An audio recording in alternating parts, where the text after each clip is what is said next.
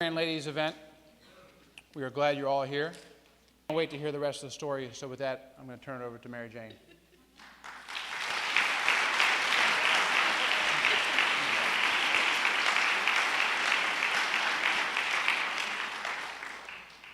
John, thank you. Thank you all. Thank you for coming. My name is Mary Jane Roy, and I'm an alcoholic.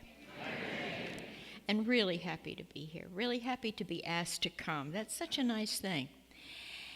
And Jack Brady, you son of a gun. You know, one of the things I was thinking about today is that it's good to make friends with people who are active in service, any kind of service in AA, because then you don't have to keep making new friends. The ones that you make in service stick around. And Jack's one of those guys. He's always got a trail of guys after him, and always would do anything. Just drop what he's doing and go help. I want to thank the intergroup. Thank you very much for extending this really kind invitation. And whoever did those baskets, Tommy and I opened our baskets. When we got to the hotel today, there were 2 baskets for us, and it was like a Christmas stocking. It was just a bottomless basket, all these wonderful things, and fudge. So thank you very much.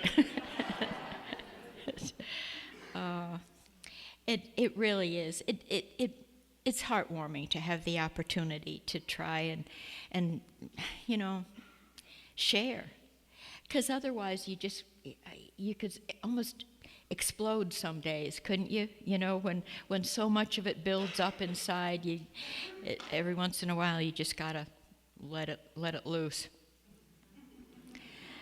And just a couple of weeks ago was my anniversary, on May 5th, Cinco de Mayo, and I always get weird around my anniversary anyway as well. You know, I get waves that kind of wash over me, and I can remember people that I hadn't thought about for years, people who were kind to me, people who took time with me, and those kind of things. And I live in Rhode Island now, but I got sober in Annapolis, Maryland, and so I just have a very big warm spot in my heart for AA in Maryland, because you know, that's where my new life began. And that's where my first sponsor lived, and it means the world to me when I think back over those days. And so, but I always get kind of melancholy around my anniversary, and I get very genuinely appreciative. And if someone calls and asks me to go do something, I say, sure, I'll do it, you know. As soon as I hang up, I think, oh, geez, what? but it does. It really reignites all of the good parts of me that have been caused to be good in this fellowship. I always have trouble getting started. I grew up a regular little kid in Pawtucket, Rhode Island. I do not say bad poems like a friend of mine does about coming from Pawtucket. Make up your own joke. My dad was an alcoholic, so I knew about alcoholism and Alcoholics Anonymous pretty young. I was 12 years old when my dad got sober. My plan was to not be like him, of course, and I didn't have a whole lot of trouble. I liked drinking. I liked everything about it, and I drank a lot. Have you ever heard of Block Island? It's off the coast of Rhode Island, and it was all summer resorts, and I worked there in high school and in college, and had a comparable work history to my friend from Pawtucket. Worked all summer and came home with all my money that I'd saved up for college. It was about $12. That's about how it went.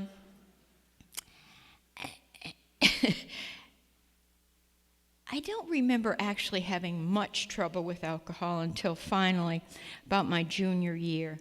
There was trouble, but I just don't remember a lot of it. And about my junior year, I knew I was going to get, well, they'd warned me.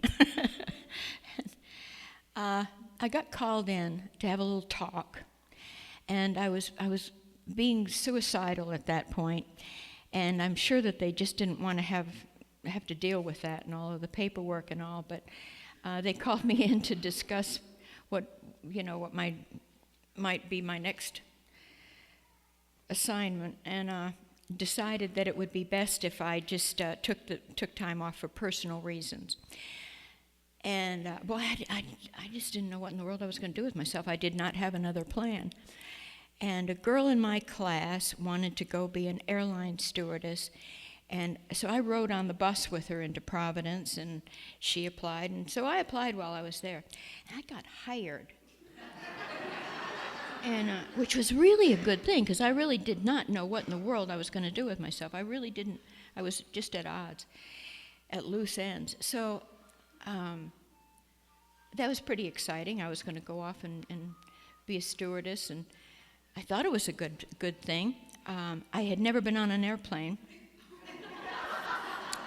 but my dad took me over to the airport, and this is where my story injects. We both worked for the same airline. We both got fired by the same airline. But I digress. No. Anyway, I really loved that life. I'm telling you, I thought that was wonderful. And, back then it was pretty exciting. This is like 1959, 1960, and it was a big deal then. Everybody got dressed up to fly. And the flight attendants, we had our little gloves and our little hat and our little wings and all that. And boy, I just thought I was hot stuff. And it was exciting, and it paid pretty well too. And it was a party life. A lot of the crews all lived in little commune kind of things, but I liked that a lot. And pretty soon, the same thing that happened when I was in school began to creep in, where I was getting called in for things like being late for flights and all. And I was doing the best I could. I really wanted to get there. I just had trouble getting there. And finally, it was so bad that I actually missed a whole flight. Now, they really don't like that. It really is a big deal. It causes a big fuss. It throws everybody off, They have to go grab somebody else who thinks that they're going to New York for an hour and a half and they'll be home that night. They wind up having to go to Houston for 3 days, and it just throws everything off. They notice if somebody misses a flight. I mean, they really do. And I always knew, like in other jobs, how to, come in the back door or the side door, take your coat off so people think you've already been there for a while. You know all that stuff. But when you miss an airplane, people notice. It's gone, and it's not a small matter anyway. So now I'm getting these certified letters in the mail, and because it kept happening, I really believe that this is an international record. I worked for the company not worked so much as I was employed by the company for about 6 years, and I missed 13 flights. Yeah, as best I know, it was a record. Here's how far away from reality I was. I would get these certified letters, and I found them to be annoying and very inconvenient. You got to go down to the post office, and you got to sign some stuff and all like that. And I was busy, But I didn't get it. I just didn't. I had no conception of what a big deal that was, and that it was a problem for other people, and it was my fault. Just didn't put it together in any way. Eventually, I got fired. I was stunned. And my real thinking about that was, geez, I really do a good job when I get there. What is the fuss? What is the problem? And anyway, I wound up getting a better job, actually, and this was the job where I wound up in Annapolis, Maryland. I had been living in Massachusetts, but this job, I was supposed to go travel around 5 states and call on doctors and hospitals and sell little baby products and hospital supply things. And it was an incredibly wonderful company. They gave us a new car every other year, which I smashed up. But it was a really good company. It had an all-woman sales force. And I started out by doing a very good job. Every time something would happen that would kind of totally interrupt my patterns, I seemed to have a kind of a reprieve somehow or another. And I would act better and do better, and my drinking wasn't so totally all-consuming. And so I was fortunate because I established kind of a decent record with the company and all that. And but I was away from everything that was familiar to me. I was away from my family, and it was starting to get to where my drinking was interfering with so many of those things anyhow, my relationships. And I was not only totally undependable in my work, but I was totally undependable in my life. If I told my family I was going to come home to visit for a weekend, I more often than not now just didn't even show up. And so people begin to just treat you differently for very good reason. They don't pay any attention to you because you're I mean, like, if I said I was coming home, nobody took anything out of the freezer, you know, because I probably wasn't going to come. And that really feels crummy when you know that the people who care about you don't even take you seriously anymore. And if people don't believe you, then they don't bother talking to you because you're a liar. And that was, we're supposed to tell what we were like, not so much what it was like, but what we were like. And what I was like was a pathological liar. The lie came first. Whenever I was late for a flight or late for something or some other thing was due, the first thing that came to me was a bizarre story, some crazy, big, fancy story. And I thought that I was meeting my obligation to you if I really gave you a really good story, And so that was my first line of defense, was just to lie. And even just today, if I'm running late, the first thing that comes to me is a lie. Until I remember, I don't do that anymore. Yeah. But the next thing I would do is run. If something was difficult or uncomfortable for me, I would just leave, like an engagement or something like that, I'd realize I'd made a mistake, so I would leave town. I would just leave. Yeah. I didn't ever say I was leaving or anything. I just left. So I would lie and run and drink. And those are pretty much the skills I brought here. The last 3 years of my active alcoholism were in And I think of it as being just black. And here, Annapolis is a gorgeous place. But my world was getting smaller and smaller and smaller. It was just a little apartment, but I had pretty much turned it into a cave. It was just dark. The blinds were pulled. You know what? I hid liquor. I lived alone.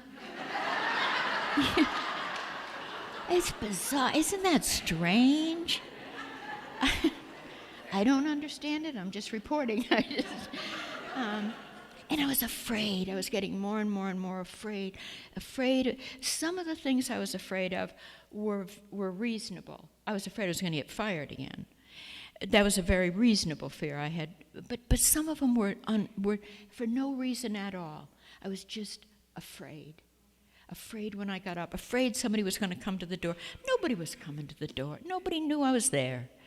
And that was the other thing that bothered me a lot. I figured someday I was going to just die in there, and it'd be 3 days before somebody smelled it or so, And that would set me off too, Then I would just drink and cry and think about how sad that was, and and that's how I would get. It's just that maudlin, just drink and cry and pass out and play sad music, My particular favorite was Frank Sinatra's "Only the Lonely." Oh, it's just pathetic, And I can still see the bedroom in this apartment, and just cry and pass out and cry. But I remember crying out, "What is the matter with me?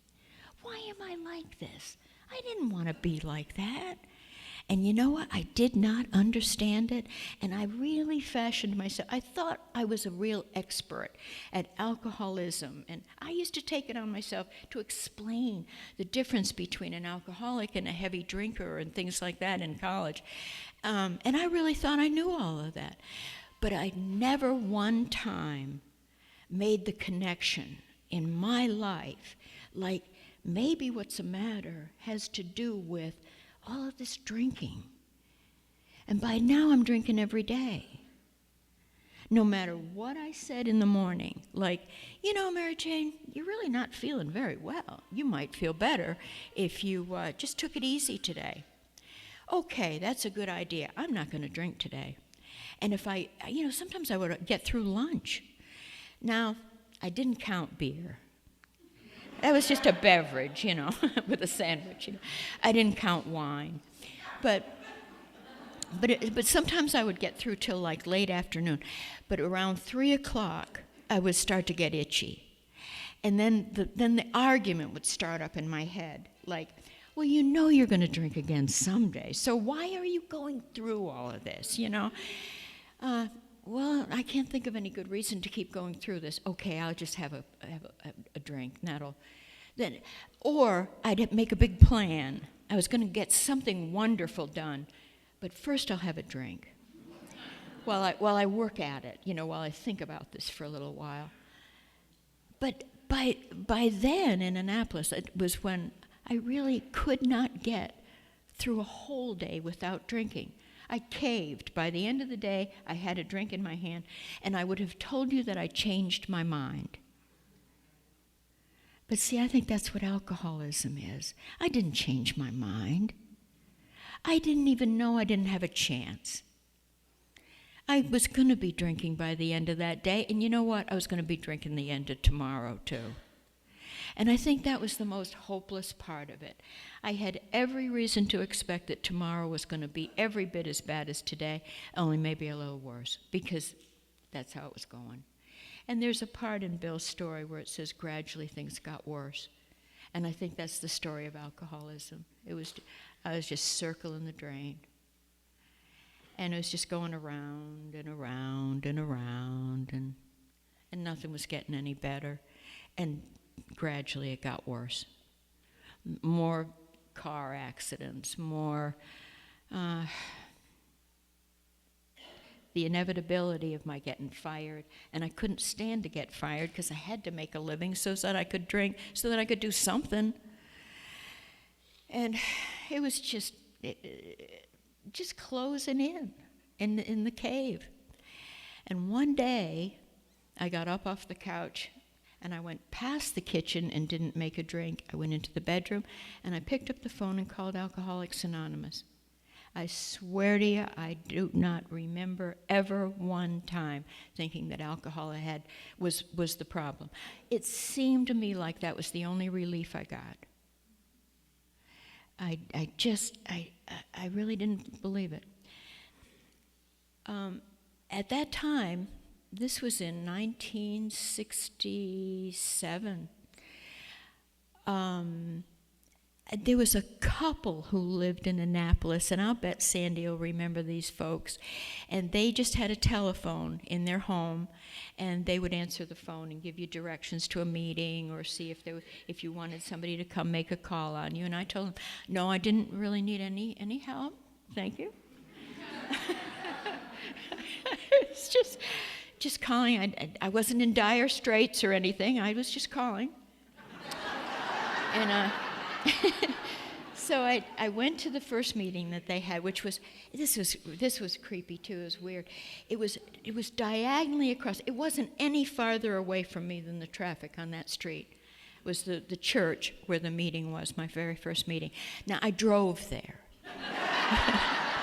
And that's another one, like, why did you do that? I don't know. But I drove around, and then I pulled in. And I walked in, and my life changed. My life changed. Now, it was not my last drink. I went to Alcoholics Anonymous meetings for 6 months in Annapolis, and I got instant, immediate relief. Right away, I felt worlds better, and the people were just nice to me. I hear people talking about how they, so-and-so said this at their first meeting. I don't remember anything anybody said, but people were kind to me. They were nice to me, and that's all I absolutely remember. And they told me about the next meeting and stuff like that, which was just great. That was about all I could manage. It was Tuesday. Well, Wednesday, here's where we go. And there weren't all that many meetings in Annapolis then. You went to the next town. And then there was a nut house, Crownsville. Is that? Okay, we went there. And there were... just a couple in Baltimore and Glen Burnie and some. Anyway, you went to the next town for the following night's meeting, and I really loved the people, and I felt relief. And you know what? I didn't drink. From going to not being able to get through 24 hours, I didn't drink, and I was working pretty good, and this was amazing. And I started to, I see what I do with something like that. When the heat is off, I take advantage of it. I get kind of cocky. And so I was kind of flitting in and out and trying to look like the hostess or something, And I know that in the back of my mind, I thought I'm a little different. I said, my name's Mary Jane and I'm an alcoholic, but I didn't really believe it. I mean, I was almost an alcoholic. But I was a little different. And the rules didn't apply to me. So people would say, do you have a sponsor? And I'd say, well, yeah, really, my father's my sponsor. Because he was in Massachusetts. But at any rate, after 6 months, I got took drunk one day, and it was a real shock to me. I was stunned, and I was scared. And you know what? I didn't even know if I could get back in. I didn't even know that. So the very next day, I went back to a meeting. I prayed genuinely and frantically on the way to that meeting that if I was shown who to ask to be my sponsor, I would do that, and I would do whatever they said. And I got there, and I knew clearly who I was to ask.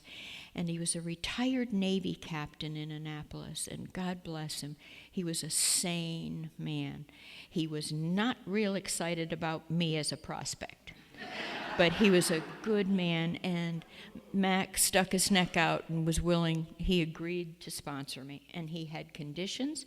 He took the pamphlet, Questions and Answers on Sponsorship, and he gave me some conditions, and if I was willing to meet them, he checked with his sponsor, and the first thing I had to do was get a woman co-sponsor. And then he said, was I willing to call him every day and report on the coincidences in my life? I said, sure, at that point, because that was my deal. I knew that when you know, that's a really good time to get people to make any kind of promises when they're first coming back. Because I was really afraid. Because I can't make it in the world. I already know that. Now I'm not making it in AA either. So I agreed to do whatever he said. And I called him every single day, and at the end of the day, and I was still traveling these 5 states, and I'm supposed to be reporting on the coincidences in my life, and this one day, I'm driving to Pennsylvania. I reached in the back of the seat in the car to get my jacket, and I couldn't find it, so I pulled over and then realized my car had been broken into. Everything had been stolen, and geez, you know, I'm trying to clean up my life. I'm trying to be good, you know. That's not paying off. I drove to the hotel. I went into the restaurant and I ordered a drink. And the waitress said, "Oh, I'm sorry, dear, it's election day, and we don't serve liquor on election." And it was like a phone call from the governor. See, I didn't have it. And so I thought, oh, well, wait till Mac hears this one. So I had my little dinner, and I went back to the room, and I called him, and I said, there was a coincidence today.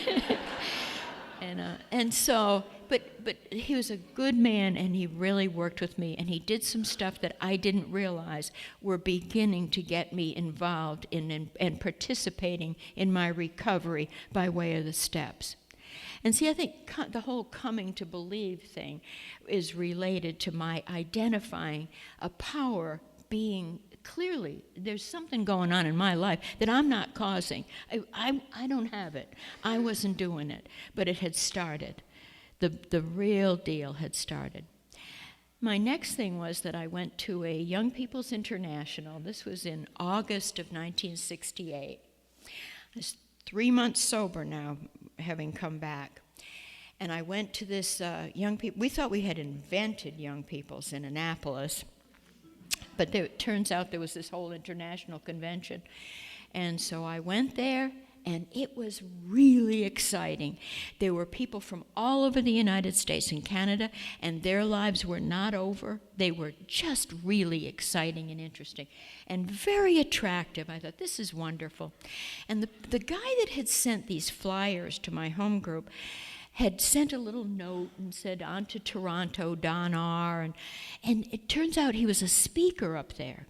So I went up to thank him after he talked. I said, "Thank you, for sending these flyers to my home group. You're the reason I'm here."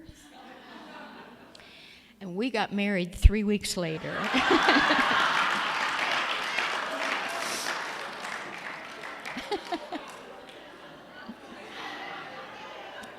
So Don R. and I.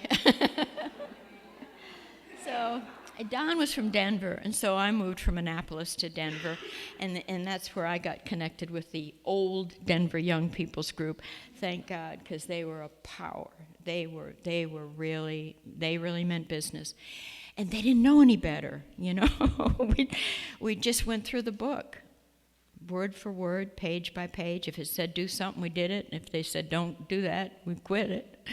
And we got together a lot between meetings and really just did so many things together. Went down to Canyon City to the men's prison down there and brought meetings in and stuff. Just running and going and blowing. It was nuts. And it was wonderful and exciting. And there's a whole bunch of us that are still sober and in touch. I'll bet you there's 30 that I could sit down and name. And I mean, not like in each other's pockets, but we're still in contact, and it's a remarkable bunch. And you know, there's about a half a dozen delegates left from that outfit, and at least 2 trustees, because they did service right away, and it was really a good bunch. Praise, you know, I didn't have enough sense to get connected and to meet the kind of people that I met. And my life has just been I'm a most fortunate alcoholic. My cup runneth over. And I don't want to run over, so I better hustle up here. What happened next, I guess, for me was that we moved to Texas. I did not realize why Don wanted to move there, but he was a little shaky, and we knew of a community that was very enthusiastic, one of those pockets of enthusiasm in Texas. And we moved down there, but it wasn't quite enough, and Don drank again. And that was when I realized that I had done yet another stupid thing. Here's the dumb thing I did. I went around being Mrs. Don for a while, because Don was very active in AA, and I just would stand a little bit behind him, and if he said that was a good meeting, I said that was a good meeting. And I abdicated. I let my program go. I didn't even know I was doing it. I didn't mean to, but I just was Mrs. Don. And I didn't know it until Don drank, and it was like the rug got pulled out. And it got my attention. And I had not even gotten a new sponsor since I had left Annapolis. So now in Texas, I did get a new sponsor. And this lady was a wonderful, wonderful person who took me through the rest of the steps. And you know, I hear people say, and my sponsor just poked me right in the chest and said, Marceline wasn't anything like that at all. She was simply firm. There was no negotiating, you know. This is what you do, and I'll see you Wednesday. You know, and that's a good way. That's a perfectly good way. You don't exaggerate things. You don't undersell them. This is the recovery program.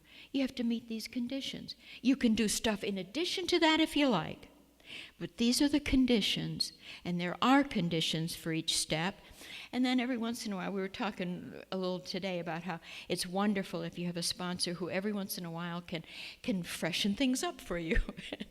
And she, one other time going through the steps, she said that she wanted me to find a prayer and a promise and a principle for each of the steps. So it just gave me another way to come at it with new eyes, because I think we have a problem with that. I'm half asleep most of the time. I'm phoning it in. And the whole thing, if you can get people to wake up and focus and see for a little while, because it doesn't last all that long, but when you wake up, you think, wow, you know, this is really exciting and interesting. And so that was a good thing. See, I think that's the whole deal that happens when we get to sponsor new people. And that's when you find out how much you know. You know, you start to talk to them about the recovery, or they ask you something and you know what to do. You think, well, I didn't even know I knew that, you know. But it's wonderful when you get those new ways. Otherwise, you really have zonked. Yeah, I am. I really am. I'm not paying attention. So anyway, Marceline took me through the whole rest of the steps and saved my life and helped me in an enormous amount. At that time, I knew of a place in upstate New York where I wanted Don to go and get fixed. And he wasn't ready to turn himself in. But I was getting nuttier, and I talked to Marceline, and she thought it would be a good idea for me to go up there, because this is not a spa. You know, you get up at 5 in the morning and you chant from the Psalms, and you scrape carrots, and you scrape paint, and you run, and, you know, and we have truth groups. It was a big mistake. No, it wasn't a big mistake. But anyway, it seemed like a good idea for me, so I went up there.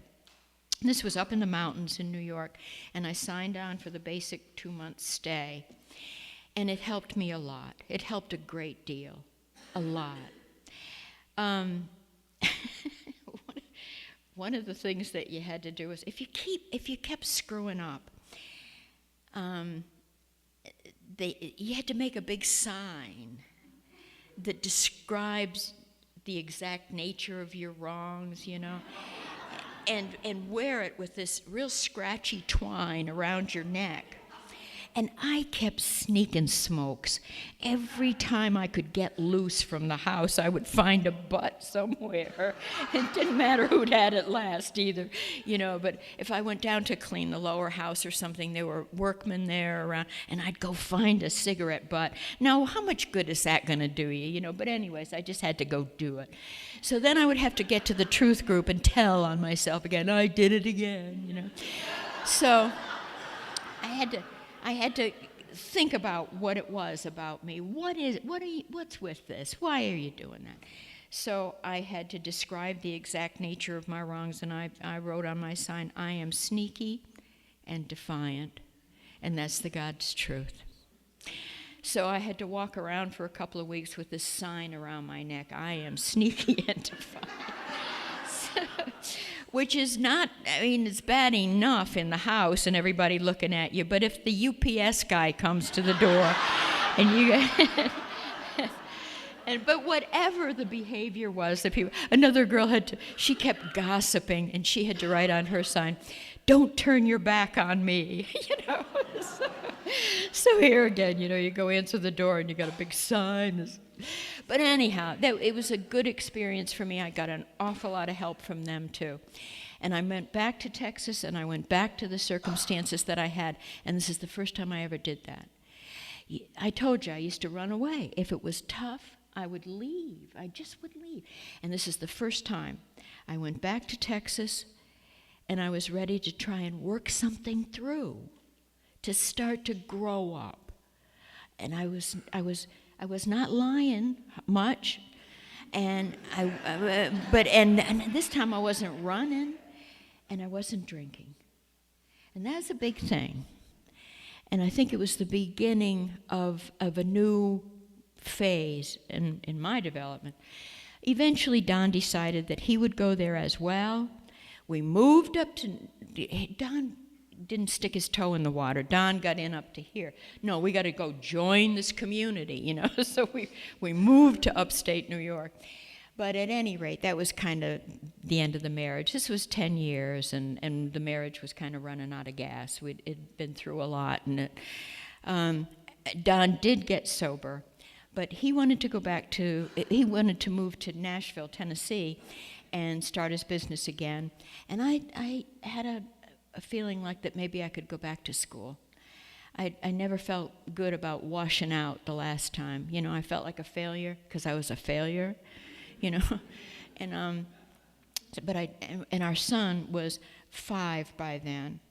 And so I applied, and I have a wonderful story that I don't have near enough time to tell you, but it was a really remarkable story about being able to get back into school, and it was great. And I was awake enough then to begin to realize how, I really do know how very, very fortunate I am.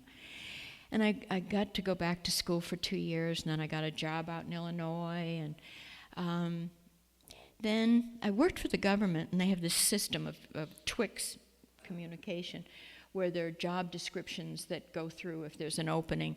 And it was looking for somebody with exactly my qualifications in Providence, Rhode Island, and I knew it was time to go home. And that was really, really a wonderful opportunity for me. This was in 1985. I went to the International that summer and then moved back to Rhode Island. And this is when I began to get involved in the service structure, because where I had lived before that had been pretty much outposts and rural and stuff. But when I got back to Rhode Island was when I started to get involved in the general service structure.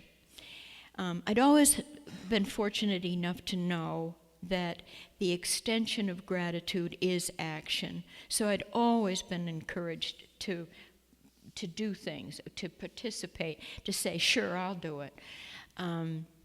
But now it was the service structure, and this just opened up the whole new world to me, to learn about AA's history and to realize what it was that I had inadvertently gotten connected with, which is just overwhelming to me now. We were talking today in the car about how exciting it is to read AA Comes of Age. You know, it's our history. It's our, you know, our description of the evolution and how things came to be. It's thrilling. And I served on cooperation with the professional community, and I just did whatever people said I ought to do. And then ultimately did stand for delegate from Rhode Island, and was so privileged to have the opportunity to serve. That's an exciting thing, to get to go to the General Service Conference in New York, and that's our big business meeting that's once a year, you know. And it's just kind of one of God's little jokes, too, because, boy, I hated business meetings. I hated, you know. I'd just as soon be in a street fight. And you can't even tell the difference sometimes either, can you?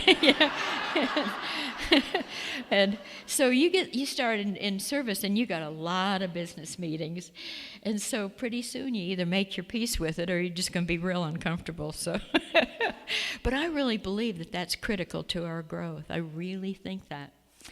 So, a lot of business meetings, a lot of new friends, a lot of people who also are genuinely, enthusiastically committed to Alcoholics Anonymous. And that's pretty wonderful, to get into rooms of people who go out of their way to participate. And not just wait around waiting for somebody to knock the door down to see if they can get the message out of us, you know. These are people who are actively involved in recovery, and it's a good place to hang out. In Rhode Island, you automatically become convention chair after you're the delegate. And then after that, I did stand to made myself available, and I stood as our candidate from Rhode Island to be the Northeast Regional Trustee, and was elected. And that, I'm telling you, was just a real highlight of my entire life, because I was thrilled the whole time, and it never got old for me. I couldn't have been happier to have the opportunity to do it. I was still working full time. I can prove to you that it can't be done, but I did it. And that was when Marceline, my sponsor from Texas, always said, "That's okay. You'll get all that time back." How? I don't know. But you do. I don't know. But I believed her. And it was amazing. And just, I guess we'll have the opportunity to talk about the ways that we can be of service in AA. And we all have a friend, Bob, I'm sure lots of you know Bob D. from Las Vegas, who talks about God as being some kind of a cosmic loan shark. You know, because you think you're paying back AA, but you get so much if you start to try and be active, and if you start doing things in AA, you get so much more from it, that pretty soon you're deeper and deeper in, you know. You can't break even. You cannot pay it off. And that's been my experience. I am overwhelmed by the goodness in my life. The relationships that have been restored in my family, I have wonderful friends these days. I have really good, healthy friends. I love the activities, and some of them are going to the prison, some of them are going to a concert. Wonderful. I love the richness of my life today, and so glad to be invited to come and be with you. I'm excited to hear Tommy next, and are you going to take a break or something like that then, John? Okay. Do you want to come tell him about that? Thank you for your attention. I appreciate it. Thank you.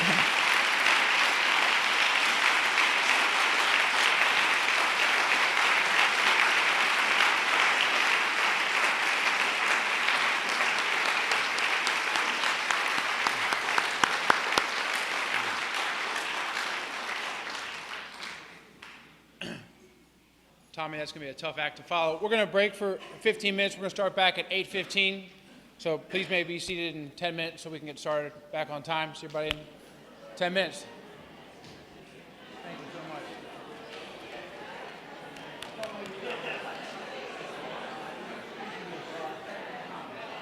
I'll get started.